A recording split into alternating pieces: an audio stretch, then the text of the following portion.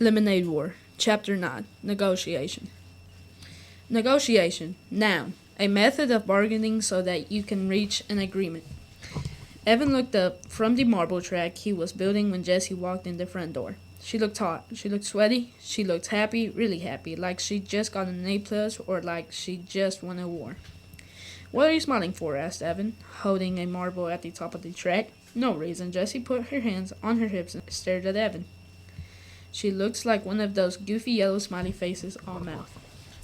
"Well, quit looking at me, would ya? It's creepifying. You look like you're going to explode or something." Evan dropped the marble into the funnel.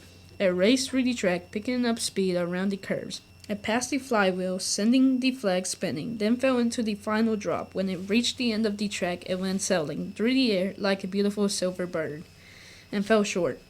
The marble landed on the ground instead of in the bullseye cup. Evan muttered under his breath and adjusted the position of the cup. "Race the end of the track," said Jessie. "You'll get more loft." Evan looked at her angrily. The marble had fallen into the cup the last 10 times he'd done it. Why did it have to fall short the one time she was watching? "Don't tell me what to do," he said.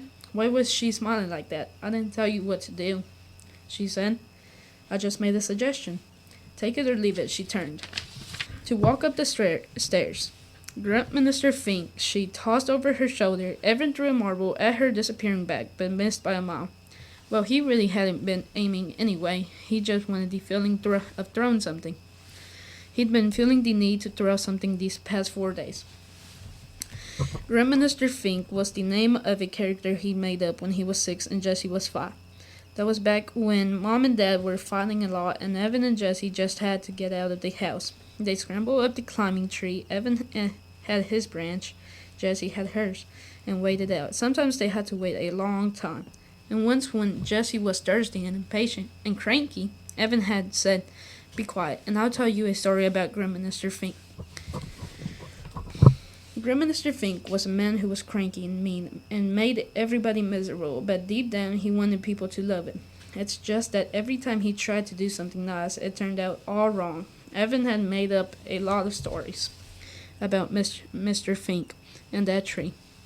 But after Dad left, there just weren't any more stories to tell. No one in the whole world besides Jessie and Evan knew about Grim Minister Fink, and Evan hadn't thought about him in years. "Hey," he said sharply. He heard Jessie stop at the top of the stairs, but she didn't come down. "Do you want to call this whole thing off?" he asked. "What?" she shouted. This. Lemonade War," he said. "Call it off?" "Yeah," he said. "Just say nobody wins and nobody loses." Jessie walked down the stairs and stood with her arms crossed. Evan looked at her. He missed her. He had spent the whole day, the third to last day before school started, by himself. It stunk. Totally stunk. If Jessie had been around and they hadn't been fighting with each other, they could have played air hockey, or made pretzels, or built a marble track with twice as many gizmos that launched the marble into the bullseye cup every time. Jessie was very precise. She was good at getting the marble to go into the cup. "What do you say?" he asked. Jessie looked puzzled. "I don't know," she said, frowning. "You see, Megan kinda well, Evan felt his face go hot. Megan Morty. Every time he thought of her, his throat got all squeezed and scratchy. It was like the allergic reaction he had if he accidentally ate a shrimp. "You told Megan Morty about everything?" he asked, feeling itchy all over. "No, well, what's everything?" asked Jessie. "Evan thought she looked like a fish caught in a net." "You did?" And suddenly Evan knew exactly why Jessie had been smiling when she walked in the door, and why she didn't want to call off the war. She had done it again.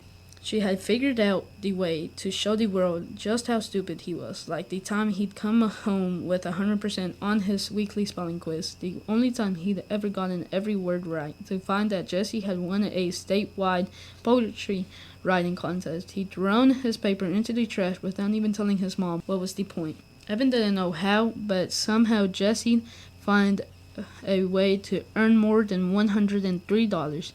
She was going to beat him, and Megan Mortree knew all about it, and she would tell everyone else. All the girls would know, Paul would know, and Ryan and Adam and Jack. Scott Spencer would know. Can you believe it?